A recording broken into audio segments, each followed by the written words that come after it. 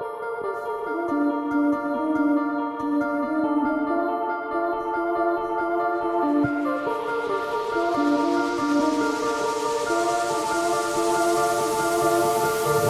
the last week or so, I've been driving around in this Volvo V40 T3 R design. The R design bit means that it's a kind of funky looking version, or rather it's got little details here and there that make it look a bit more sporty. So it's got 17-inch wheels, it's got slightly different kind of front bumper and back bumper, it's got some sills, different coloured wing mirrors, stuff like that, like little exterior details. And on the inside, you've got these really cool, like half leather, half suede seats.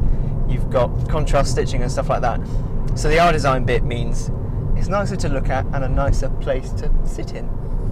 As for the T3 bit, Volvos do their cars or engines in two different ways. They have D engines and they have T engines. D is diesel, T is petrol. So this is a T3. This is kind of the middle of the range petrol, and it's a 2-litre turbocharged petrol engine, 4-cylinder, with about 150 horsepower. 0 to 60, 7.8 seconds, and the top speed is about 130 miles an hour. So it's not fast, but I think it's been plenty actually.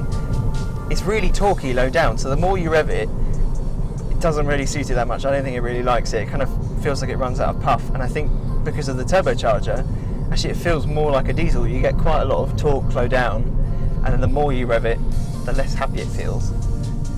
I don't think the engine has got loads of character.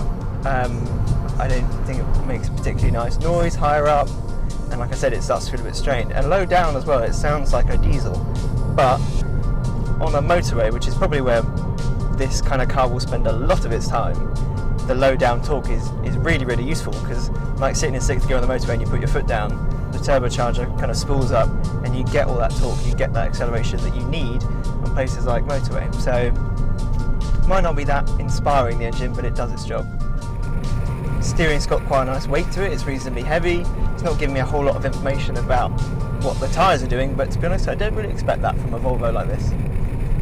There are a few things I do like and a few things I'm less keen on.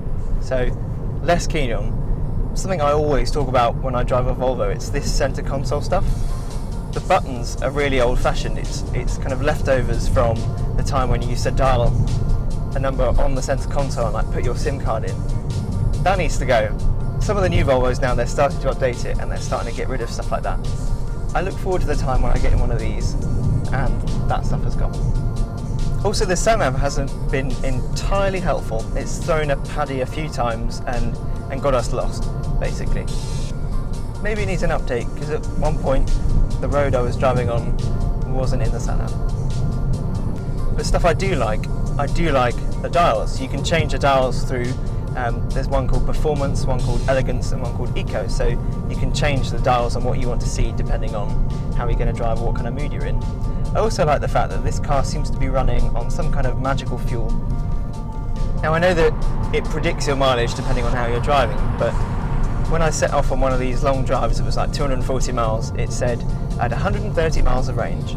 After 120 miles, my range was 170 miles, so it had gone up by 50 miles. Very confusing, but you know, I'm happy with it because it means I can go further.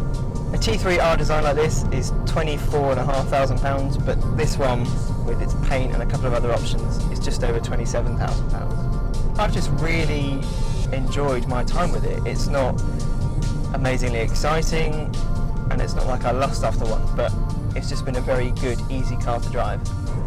I think if you wanted to go out and buy a car that was really good at doing so many different things, was really versatile, but you didn't want one of the standard kind of established normal like VW Golf or Full Focus or something like that, then it'd be a really good car to buy.